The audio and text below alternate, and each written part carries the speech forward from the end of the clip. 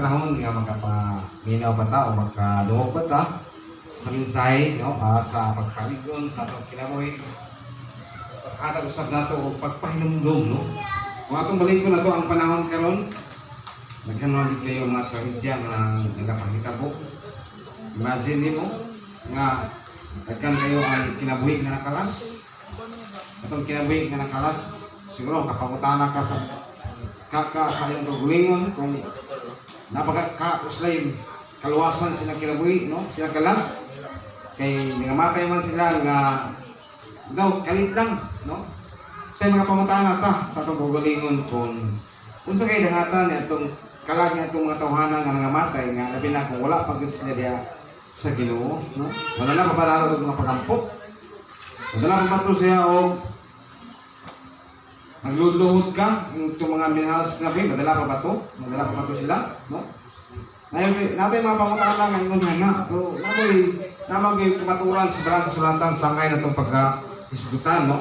Walang nagka-prepare ko itong naging adlaw pa, pero dinig na ako matawag na pabor nga ko nga ipaabot sa inyo nga mensahe kay gusto ko kita ko nga akong balingkon ang mga persona pa nga mensahe nga makatag pa nato pagpahinumdum sa ato ang matag usab, no?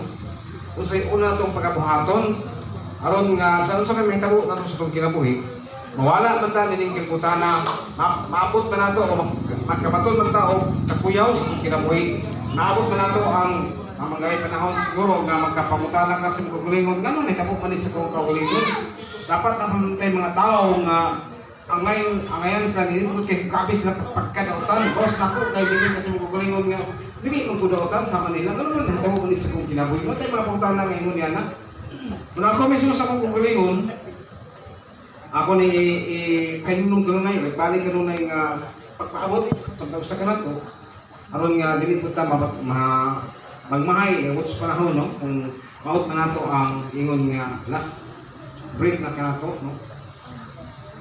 Before ka mo sugol ang sa tanan lay ikaw mahano mo langit nun ikaw lang gayud mong gisalikan o gilaw man katabang kanamo mitungod sa buang kasiguruhan sa among kinabuhi.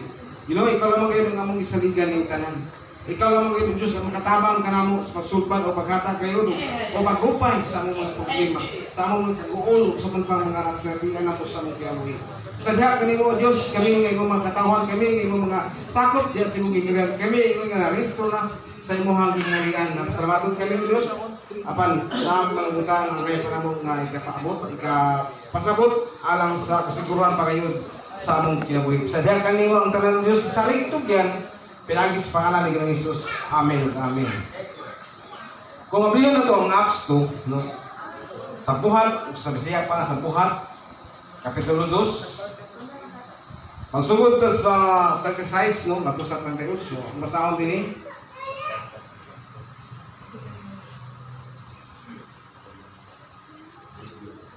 Acts 2, chapter 2, verse 36, mato sa 38, ingon sa dini, usa ang tanang mga tao sa Israel kinahanglan nga masayod kayo nga kining maong Hesus nga inyong gilansang sa krus giimo sa Dios nga Ginoo o Mesiyas. Pagkadungog ini sa mga tao daw gikumot ang ilang kasing-kasing o giingnan nila si Pedro o ang ubang mga apostoles wayson unsa may among buhaton unya mingon sa Pedro kanila ang taksak sa kininyo kinahanglan nga magnuso o magpaapunyag sa ngalan ni Jesus ni Kristo aron ipasayloon ang inyong mga sala o madawat ninyo ang gasa sa Dios nga mao ang Espiritu Santo. Usa kini ka nako kayo nga siguro makabaton ka anyo o di ka magibog ka di ba ka mag pangita ka usa ka hulugan nga bahina sa pasabot diya sa buhat dos kaya size nga to sa usok, no? Sa atong kinabuhi siguro magkaigsunan na yung punto yun sa itong kagulingon nga di ta siguro makanungog pa sa lain pa ng mga pagpasabot o di pa ta makatugkad kayo sa pagpasabot ninyo kay kulang po ta sa panahon diyan sa pagtuki o pagbasa sa pulong sa Ginoo. Kung ako mga panahon nga makabasa ka sa pulong sa Ginoo doon na ito ay panahon nga ito kahalos makatugkad kung sa kahulugan nining tanan. Kung sa to kinabuhi magkaigsunan, dili maging kalikayan nga doon kay kalibog ug doon kay gusto nga patinaw sa imong kinabuhi do kay gusto jud ka og kasiguruhan alang sa kaluwasan sa imong kaugalingon. Sa to kinabuhi karon magkaigsunan, naibalo naman ta kalingan naman balik-balik kita hitabo sa panahon pa sa Ginoo, no? Nga dunay mga panahon nga dunay tao, dunay anak, niya dato siya kaayo, nakiling sa anak niya sa iyang kinamuran, gusto gid siya muangkon sa kaptangan nga naa siyang amahan, gusto niya pangayoon, kay gusto siya nga maghimulos, gusto siya nga maglipay, gusto niya nga makapot niya ayahang pangayo nga kalipay siya kinabuhi. Ang amahan kay maluluyon man, no?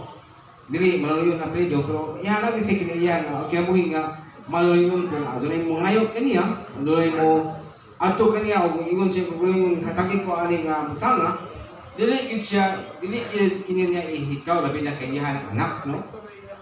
Kita kay sunan, anak katas Ginoo, di ba? Na yung panahon sa kaugalingon nga nangandoy ka, o mga butang nga gusto ni mong kapatunan sa imong kinabuhi. Na yung mga kita karon mga kaigsunan, wala siya nangandoy sa tuwa nga mapabilin na lang kung nasa kayo sunig hilikan sa mong kinabuhi. Dahil ko sa mga guguling nga nangandoy ko, na mabutang ko sa nakatilaw ko, hamong gawin ng mga pagpuyo. Yan naman nato mga nandoy ka. Wawan kami yun nga, ito mga nandoy, nangalaga din daw ko sa Ginoo. Nakisa ko man nanganapang ka sa inyong kalibutan na pa nagpabilin, ako man nabalayo ng Ginoo. Yan ay mga say-say sa pulong sa Ginoo para nga ma-remind ka sa mga pagalingon, kung nangandoy yung tao, tilaw ta, pasinati tao, kamugaway din sa ako ang pagpuyo, no? Ay ko sa pagalingon, kung saan nga ako na, no? Wala nga sa atong, sa'yo lang, sa kinabuhi atong duha ka anak sa katao, ang isang dapat ka anak, nangayon na lang di siya kapahinan, itagaan di siya namahan. Imagine mo, katunga sa iyang kagayunan, gatag sa iyang anak nga kamanghuran. Paghatag pa sa iyang anak nga kamanghuran, kaduhang anak, tilipaya sa iyang anak, kay kaduha. Mutong nga na itong panahon na, gusto mo itong anak kay tuwod siyang kalipay, bibiyay di siya siyang amahan. Bilangyo sa layong dapit, o siyang paglangyo doon sa layong dapit, imagine mo, tanan nga gidala niyang kapahinan sa iyang amahan, iya katong gasto ang tanan, no? Nagtagbaw ko siya siyang kagalingon. Gusto niya nga magtagbaw siya siyang kagalingon. Gusto niya nga ang iyang kinabuhi, makasinating ilog, lunon kalipay. No? Mga, okay lang ako kalipay nga, dili nang makakalipay nga, makapanayo sa Ginoo. Nang usaman ko nga, iyang kalipay ang sudlan kay, dili man makapahimungot sa Ginoo, kundi makapalayo niya, tubangan sa Ginoo. No? Wala ang kaigsunan kung uswagon man tas ng kinabuhi. Atong inunduman, nga kanang mong pagpauswag, sa imong kagalingon kay dili man sayop gyud kay nakandoy magitag maswagon ta paningkamutan na nato nga para sa Ginoo na siya, no? Meaning say nga dili ingon nga hatag mo sa Ginoo kundi ang imong gibuhat kabuton sa Ginoo tanan aron nga Dios malipay kanimo o hatagan pa kaniya o kung kita sa Ginoo kapiyaran ka o nakita sa Ginoo nga ikaw mismo sa ngapon sakop sa kuang panimalay ingon ang Ginoo nga dugangan tapak ka. Kung kita na ko, ikaw, kapiyalan day tayo, no? Muna sa itong kagulingon, kaigsunan, itong sa anak, sa katao nga dato, sa katao nga kitagaan sa tisog kaptangan, nakita, kitang kinamanghuran, kahimuos din siyang kagulingon, siyang napatunan nga, kaptangan nga nadawat niya kapahinan, gikan sa iyahang amahan. Sa itong kinawin kaigsunan, awot kong ginang punto nga, katagan kagayunan sa Diyos o mga gusto na ito nga ipangayon na ito kaniya, no? Gusto sa Diyos nga makasinating tao, labi na kay nagdugan na tayo sa pagpangalagan sa Ginoo, no? Sa atong kinabuhi, nangandoy magigta nga makabatong bitaw daghamong utang sa atong kinabuhi. Sabi, wa mangandoy niya na, no? Sabi, nangandoy na lang ko kay, kanin lang ko, bahalang kalisod ko. Ako, hindi gusto ko puling nga, siguro kayo gusto ko puling nga, gusto ko makasinating po ito. Ang magaway po, no? Panagdipindi lagi ko sa kabutuon sa Ginoo. Kung dili ginako balimbaran ko, dili gihatag sa Ginoo nga kay gayunan nga makabaton po ko ang magaway po nga pagpuyo, bro. Dugay pa po siya. Bago nagta, no? Pero hindi ka na nakaisunan. Kana mga bahinas sa mong kinabuhi, itagaan, gipiyalan ka niya na, kaya naman kabulog ka o kontrolar sa imong kaugalingon nga dili ko ka no masod sa dili maayo nga puntagya sa imong pagkinabuhi. Muna kay usa ka tawo nga gitagaan gipialan sa iyang kaptangan, gipialan gitagaan og katuod sa amahan. Wa siya kapugong siyang kaugalingon, no? Kung kailangan na siya kaptangan, daghan na siya og nadawat ikan siya amahan nga mga panalapi o ban pa nagprimos gid siya yang primuslan ang mao nga napatunan niya nga mahandi, no? Muna nga itong panahon sa iyang pag atong mariuni siya sa itong panahon atong sa katao, no? Nga kangko na siya bahandi, yang primuslan ng bahandi, nibalik gid siya sa pagkalisod-lisod siyang kaugalingon, no? Pwede kayong ulan niya tungkol kay gutom lagi siya kayo. Kung na lang siya nga magpaubos siya ng kaugalingon o matiman siya o makahayupan sa lain nga dapit o dito siya. Nagkatiman siya sa makahayupan sa tao nga nakita niya nga iyang pagkatrabahoan. Pero wala siya kagwanta. Kung kay gutom kayo, halos na siya makaon sa mga bahog sa mga hayop. Kung na itong panahon na naghinumdum siya, no? Nagkahinuklog siya sa kaugalingon. Pagkarang pagkaon sa kong amahan. Tuwa dito ang daghang kaayo nga mga ikinahanglan ako para sa kumatagbaw ko sa kong kaugalingon des kagutom. Sa itong kaugalingon na kaigsunan, naikay mga panahon nga makaunana magita nga mangandoy ta gusto nato kay magmaswagon sa ato ang kinabuhi, no? Ako dili ko mingon sa inyo nga sayop na ko mingon. Paningkamutan na nato nga may subay lang gitas kabutuon sa Ginoo. Kanang imong batunan nga panalangin, nga imong gihaguan, nagasubay ka sa kabutuon sa Ginoo, makapimulos yung ganyan na tungkol kaya nagsubay magkas kabutuon sa Ginoo, no? Kung mayroon ka sa mga nga, di na kumangandoy nga madato ko, uy, problema, imo sa mga pangandoy, no? Ay di ka gusto nga, maproblema kang maayo, no? Ay mo man gipangandoy nga, di na ako gusto nga madato ko, no? Kung katawang gusto nga madato sila, ay problema lang, ilan ang pangandoy, basta kay magsubay lamang di kita sa kabutuon sa Ginoo, no? Muna ito sa itong kaugalingon sa unang panahon, yung ko sa kaugalingon nga, itugod sa Ginoo nga, magmaswagon ko, mas nabing maayo, pero akong ginuna pipod kanunay, nga akong ipaningkamutan sa kaugalingon nga, kinahanglan nga, dili ko biya nga to sa Dios. Ay kung dili ka mo biya nga to sa Dios, maangkon ginatok kining kamugaway nga pagpuyo. Kinahanglan ta sa Espirituhanon nga bahay. Unsa man ang kamugaway nga pagpuyo nato nga atong mangkon. Awit na lang nga isa sa palingkamutan gitudlo sa bagong sulatan sa ako yung ginamasa kanina na naipagabaton nato nga nang una o nang una nato ng kinabuhing walang katapusan na yung nang una na ginahimo nato kanigingon nga paghinulsol, no? Repentance, no?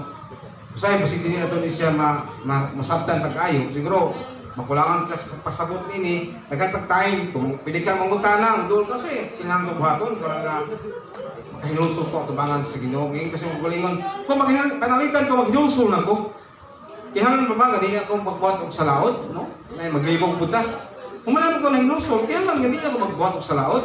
Sa ingon sa usahay nga di na lang ko maghinulsol kay kung man gyapon makasala malang gyapon ko, no? Sakto na ito ni pag-aayo mga isunan, no?